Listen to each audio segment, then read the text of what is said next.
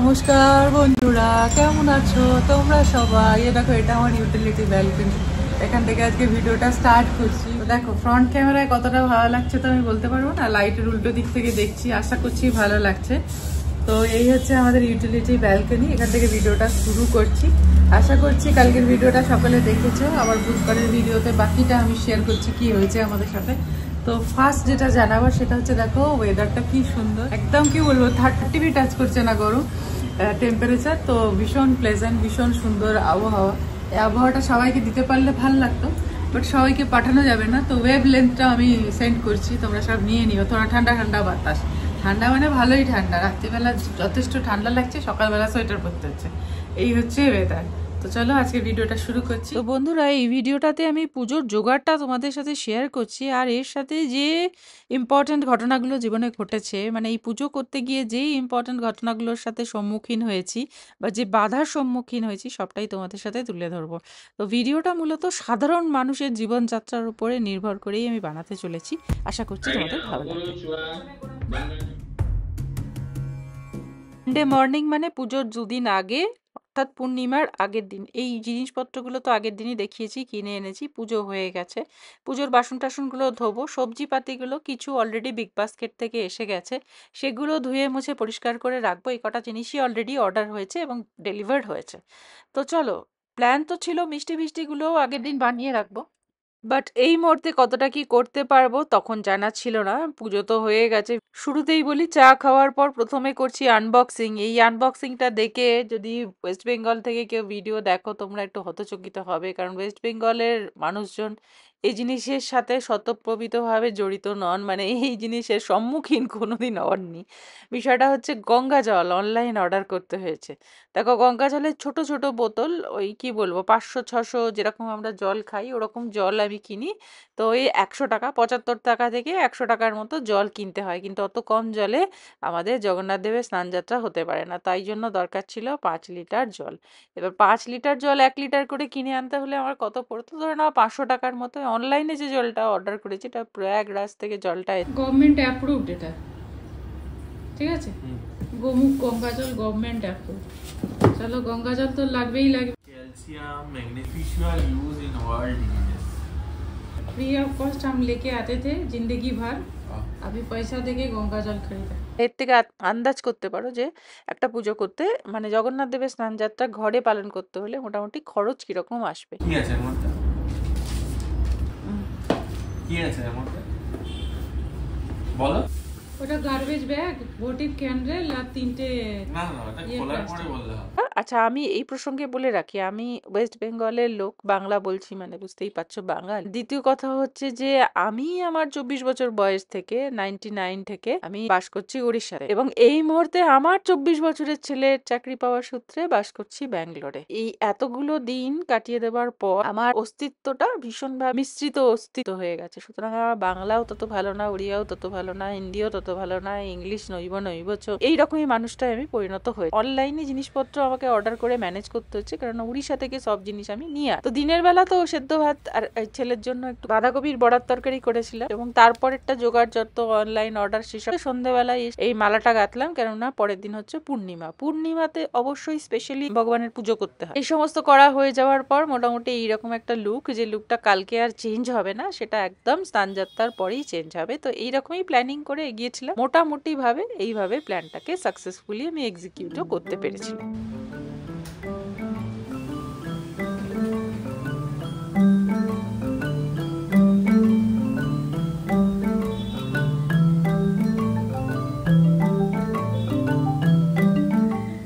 দূর পর্যন্ত যদি কেউ ভিডিওটা দেখে থাকো, তাহলে একটাই প্রশ্ন করব, নিজের মনে জিজ্ঞেস করে দেখো, যে জায়গা থেকে দূরে বসে প্রতিকূলতার মধ্যে থেকেও পুজো আচ্ছা করা কি সম্ভব? তো আমি বলবো, আমার ভিডিওটাতে দেখো, হ্যাঁ করা সম্ভব। তোমার মনে যদি ভক্তি থাকে, কারোর প্রতি ভালোবাসা থাকে, ভক্তি আর ভালোবাসা খুব একটা দূরের জিনিস না। আমাদের প্রিয় মানুষদের আমরা ভক্তি শ্রদ্ধা ভালোবেসে থাকি, তো ভালোবেসে তাদের জন্য যদি আমরা কিছু করতে চাই, তাহলে আমরা সব কিছু করতে পারি। শুধুমাত্র মনের মধ্যে ওই নিষ্ঠাটা দরকার, যে হ্যাঁ আমি পারবো বা আমি করব, আমার মনে চাহিদাটা দরকার।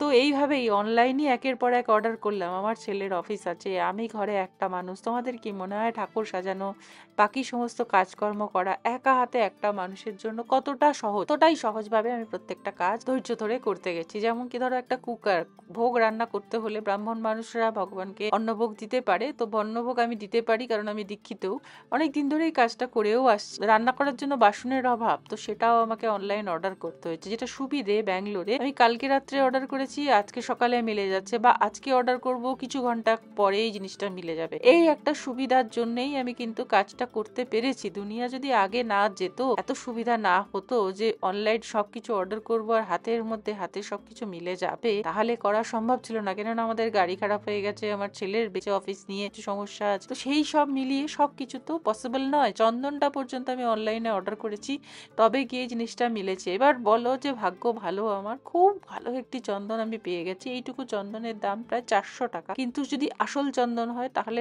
এর দাম তাই হওয়া উচিত। এবং এটা ব্যাঙ্গালোরের মতো জায়গায়, মাইসোর চন্দন সব থেকে ভালো স্যান্ডেলউড, এত ভালো গন্ধ, এত ভালো গন্ধ কি কি বলবো। আমি খুব একটা চন্দনের গন্ধ পছন্দ করি না, তার সত্ত্বেও আমি বলবো এটা আমাকে একেবারে মেসমারাইজ করে দিয়েছে। তো এইভাবে সবকিছু সাজিয়ে নিয়েছি, সবজিগুলো, ফলগুলো, জামা কাপড় যেগুলো দিতে হয়, তারপরে গ্রসারি আইটেম, তেল, চাল ডাল, তেল, নুন, মশলাপাতি সমস্ত কিছু, দুটি ভোজ্য সাজানো এবং ফলমূল দিয়ে সবকিছু হয়ে গেছে। এইভাবে সাজিয়ে রাখলে কি হবে, পুরোহিত মশাই আসবেন, হাতে হাতে ওনার একটু জোগাড় করে দেওয়ার তো দরকার পড়ে, সেগুলো যদি আজ থেকে করে রাখি, ওনারও সময়টা বাঁচে, আমারও সময়টা বাঁচে। অবশ্যই পুজো করার পর ছেলেকে অফিসেও জয়েন করতে হবে, তো এই সব ভেবে প্রায় প্রায় জোগাড়টা আমি করে রাখার চেষ্টা করেছি। এবং এখানে আমার কোনো সাহায্যকারী নেই, সব কিছু আমার একা করতে হবে। এবং পুজোর যে স্নানের জল, সেইটাই হচ্ছে সব থেকে বড় প্রসেস, যেটা করতে 1 থেকে 2 ঘন্টা সময় লাগে, যেটা আগের দিন করে রাখতে হয়। দুধ গঙ্গা জল দিয়ে, আবারও বলছি, জগন্নাথ দেবের স্নান যাত্রা হয় না, ওটা স্নান করানোর আগে একবার ওনাকে, ওই সব রকমের বস্তুর মধ্যে দুধ গঙ্গা জলও একটা অন্যতম বস্তু। কারোর যদি মনে হয় যে এর পূর্ণ বিধি তার দরকার, তার বাড়িতে ভগবান আছে, তার ইচ্ছা যে হ্যাঁ যেভাবে পুরী মন্দিরে হয় সেভাবেই করতে চায়, তাহলে পার্সোনালি আমাকে জানালে আমি তাকে পার্সোনালি বিধিটা জানিয়ে দেবো। অনলাইন জানাবো না, কেননা বহু ধরনের লোকের এই ধরনের ইন্টারেস্ট থাকে না, সেগুলো জানানো মানে সময় এবং নিজের জ্ঞানও ব্যর্থ দেওয়া। তো যাই হোক, এভাবে সমস্ত আয়োজন করার পর, অল্প কিছু ডিনার করার পর আবার স্নান করতে গেলাম, কেননা রান্নাটা আমাকে শুরু করে দিতে হবে, না হলে আমি সকাল 6টার মধ্যে সবকিছু শেষ করতে পারবো না। ଫୁଲ ଟିକେ ତା ଦେହରେ ପକେଇବେ, ତୁଳସୀ ଟିକେ ପକେଇବେ ତା ଦେହରେ। ସେଟା ଭୀତି ହିତା ବିହୁତାୟ ସରବନ୍ତୁ ଭଦ୍ରବାଣୀ ପଞ୍ଚାମୃତ ସ୍ନାନ। ଏ ଯୋଉ ପଞ୍ଚାମୃତ ପାତ୍ର ଅଳ୍ପ ଅଳ୍ପ ଟିକେ ଟିକେ ଦେବେ। তো দেখো এটা হচ্ছে পঞ্চামৃত স্নান। তো পঞ্চামৃত স্নান বি করানো হবে, এবং তারপরে ওনার বিশেষ যে জল তৈরি করা হয়েছে, যেটা অধিবাস কালকে করা হয়েছে, সেই জলে উনি স্নান করবেন। তো এইটা হচ্ছে নিয়ম, এটা সময় লাগে জগন্নাথ দেবের স্নান যাত্রা, এবং এটা কন্টিনিউয়াস প্রসেস, এখানে কোনো ব্রেক নেই। প্রথম বছর ভিডিওতে ছোট করেই শেয়ার করলাম, পরের বছর কারোর যদি ইন্টারেস্ট দেখি, হ্যাঁ অনেক লোকে, তাহলে হয়তো আরো ইলাবোরেট শেয়ার করতে পারবো, না হলে হয়তো করা হবে না।